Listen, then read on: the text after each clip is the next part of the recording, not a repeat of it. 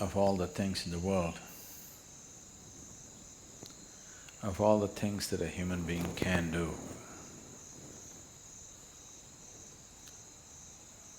why yoga?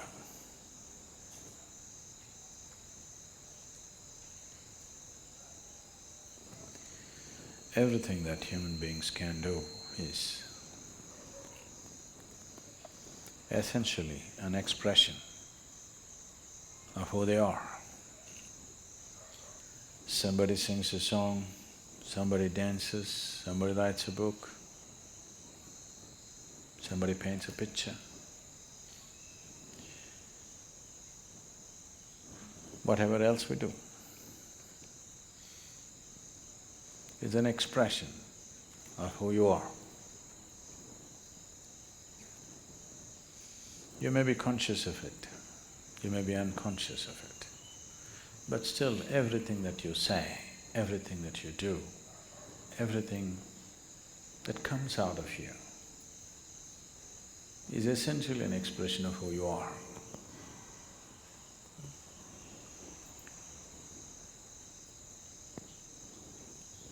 So yoga, in that way, is diametrically opposite to this, because it's not an expression of who you are.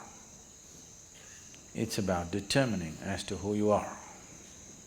It's about determining as to what you want to be. Changing the very fundamentals of one's existence. Today, there is substantial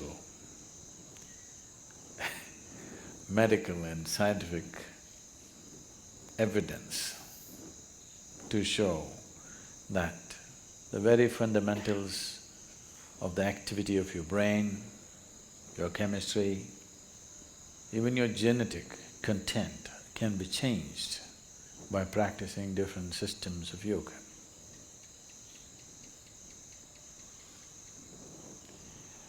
This needed no confirmation because we've always witnessed this. But today there is scientific data to prove this. So this is not an expression of who you are, this is about determining the nature of who you wish to be, changing the fundamental ingredients which has made you who you are.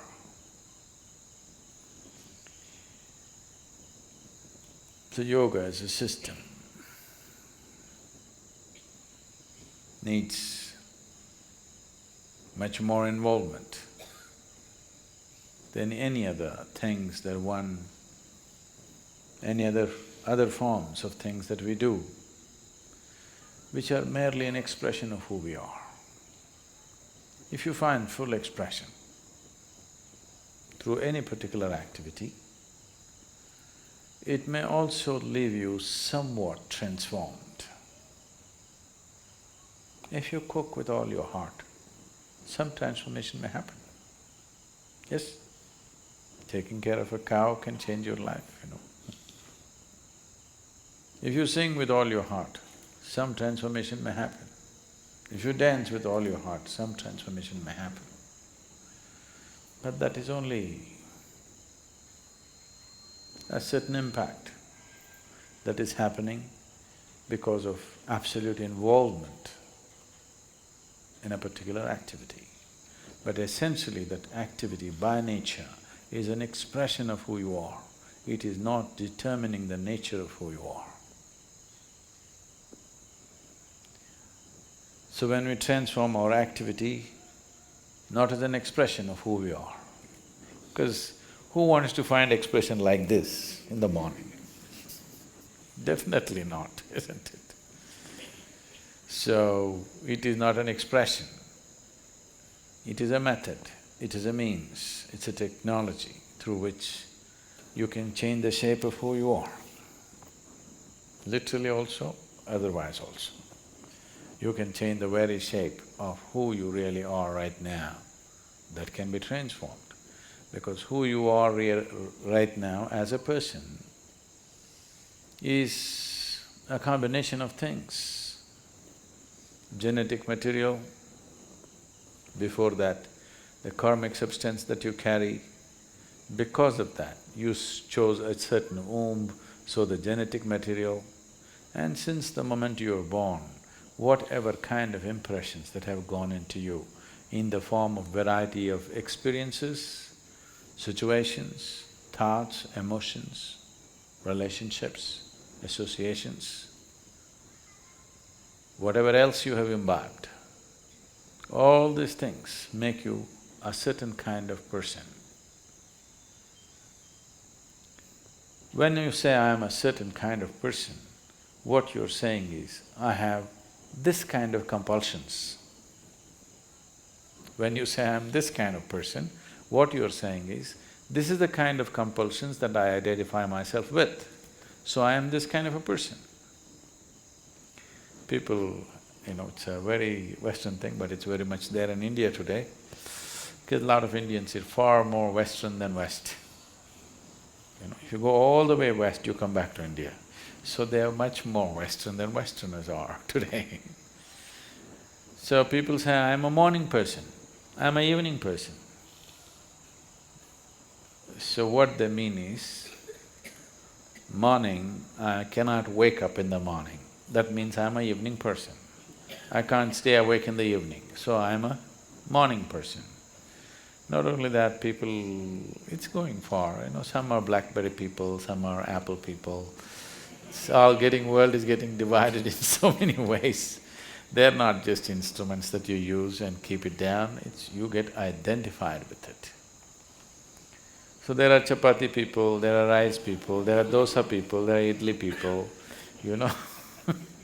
all kinds. So, what kind you are is essentially a certain type of compulsions. So you set yourself into the process of yoga because you don't want to be this kind or that kind. That you will be the kind that you're required to be in a particular moment. If it's morning, you're a morning person. If it's evening, you're a evening person. If you're not required to be a person, you're not a person. That is, you become flexible. This flexibility, we start working with your body to start with. Afterwards, it should come to every aspect of your life. Your physical structure, your psychological structure, your emotional structure, your karmic structure, everything should become flexible, that it can be whatever it is required to be. It is not stuck being this way or that way. So yoga as a process, yoga as a method, yoga as a technology, yoga as a science is essentially to break the limitations of a certain concretization that happens, which we call as personality. To evolve from being a person to a presence. If you're a person, that means you have made a shell out of yourself. You formed a shell, within that shell only you can operate. If you break this shell, you will no more be a person, but simply a presence. As life is, as God is, just a presence. If it can be encased in a shell, it becomes a person. So yoga means slowly you're working on making the shell thinner and thinner, more and more porous, that one day you can exist without a shell.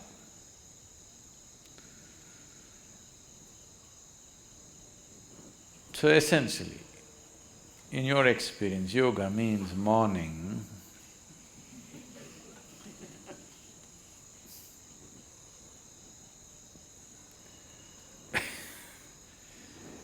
Why the sadhana, the way it is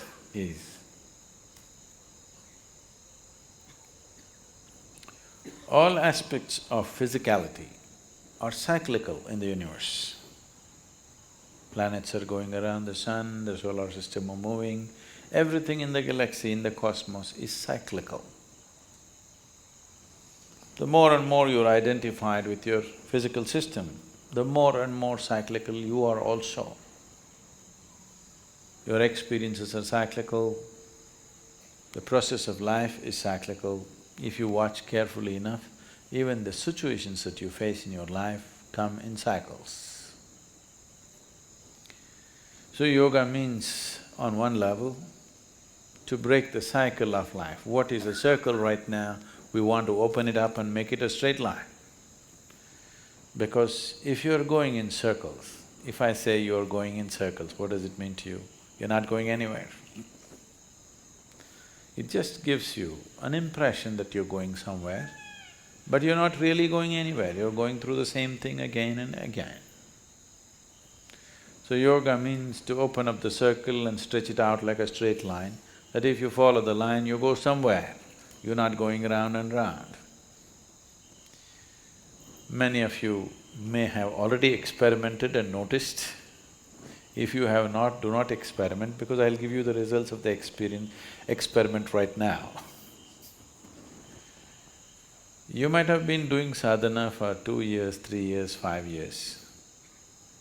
Stop your sadhana for 3 months. Suddenly you will see so many compulsions that you never imagined were a part of you, which were long time gone. Suddenly they will all become a part of you. But those who are doing their sadhana properly, they eat in the morning, they don't think of food till evening. It doesn't occur, because it's no more a compulsion.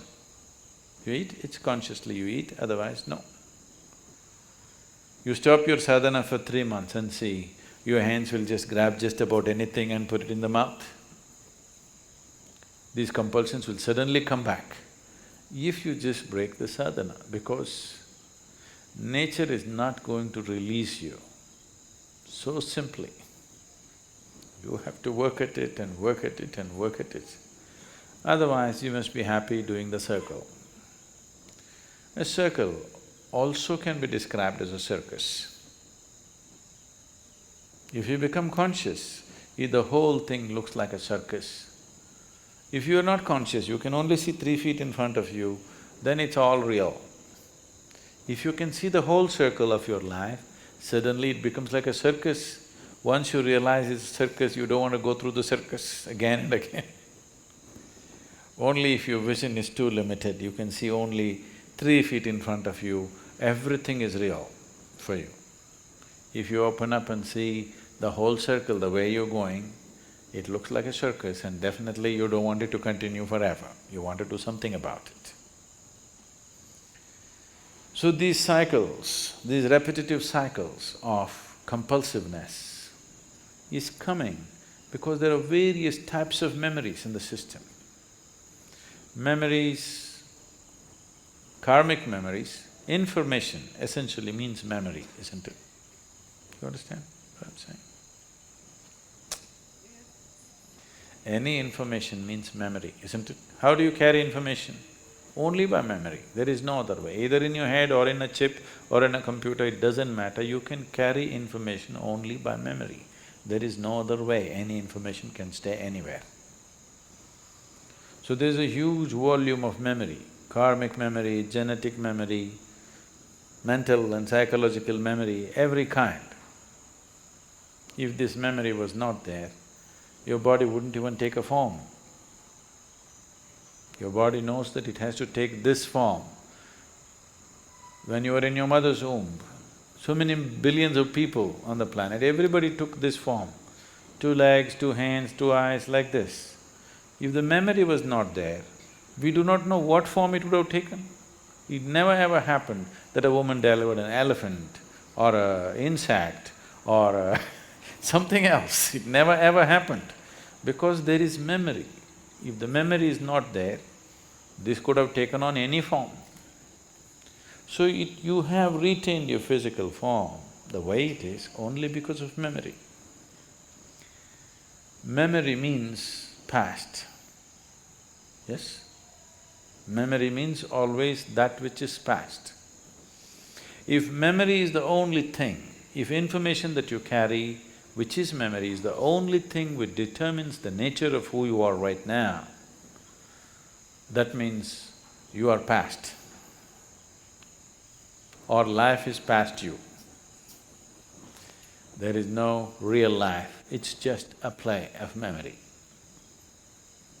If you go and watch a cinema, Rajinikanth. If the cinema happens, it's so big and so real, more real than the real. It becomes a bigger reality than reality because it's so exaggerated. But all this is just memory being played out. It's recorded in a film or a digital format or whichever way. It's just memory, it's already over.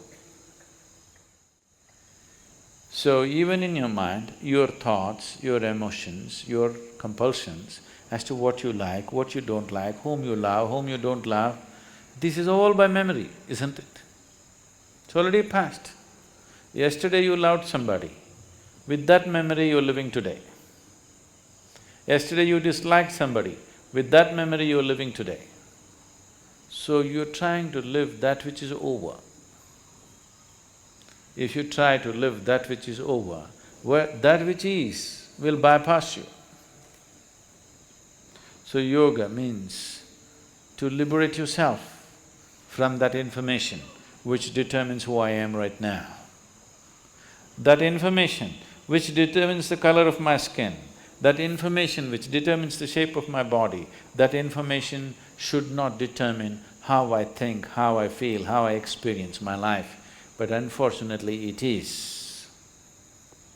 So if you become like this, that information does not determine how you are right now, then you are moving into yoga. So daily working, daily morning sadhana is just this, to slowly, gradually, to create the distance from that information. You don't have to lose it. People say, I want to forget. If you forget, you will once again do the same idiotic things all over again. Never ever forget. The more unpleasant your life has been, the more you should never forget. If you forget, you will do the same stupid things all over again. This is not about forgetfulness, but being able to carry. See, suppose today you have memory sticks. If it's all the time plugged in and all of it playing, you'll go crazy. You can carry it in your pocket, no problem. When you want, you stick it in your computer, otherwise you put it in your pocket, this is good. No problem. Memory is still there, but not compulsively working through you. When you want consciously, you can activate it, otherwise it lies there. So if this becomes like this, if you want, you can activate all of it, otherwise you can keep it aside. Then once that freedom comes, memory is not a problem. But right now memory is a problem because it's playing up all the time. Yesterday's love, yesterday's dislike, everything is determined who you are today. It will not allow you to experience what is today. It will not allow you any possibility of life, it will just keep on, you are like a broken record, just going on the same thing. I dislike this person, I dislike this person, I dislike this person. Only yesterday you disliked him. Today it's not necessary to dislike him. Yesterday he was doing something, we disliked him. There is no need to dislike him today, but the memory is playing up and saying, I dislike him, I dislike him. Whether you like him or you dislike him, both ways, it is an old record playing, which will not allow you any perception. Unless you begin to perceive life in larger and larger doses, there is really no experience of life, just mind playing over and over, same record. So yoga means breaking this cycle, and nature will not release you from that just like that. It needs a certain amount of work. If you want to be just like that released, then you have to release yourself from the body itself. Staying in the body, which is the way it is only because of its memory, and not being a part of that memory. It is the foundations of information that we carry which has constructed this body the way it is. To live in it and not to be off it will not come easy. I'm not saying it's difficult, but it needs to be worked at.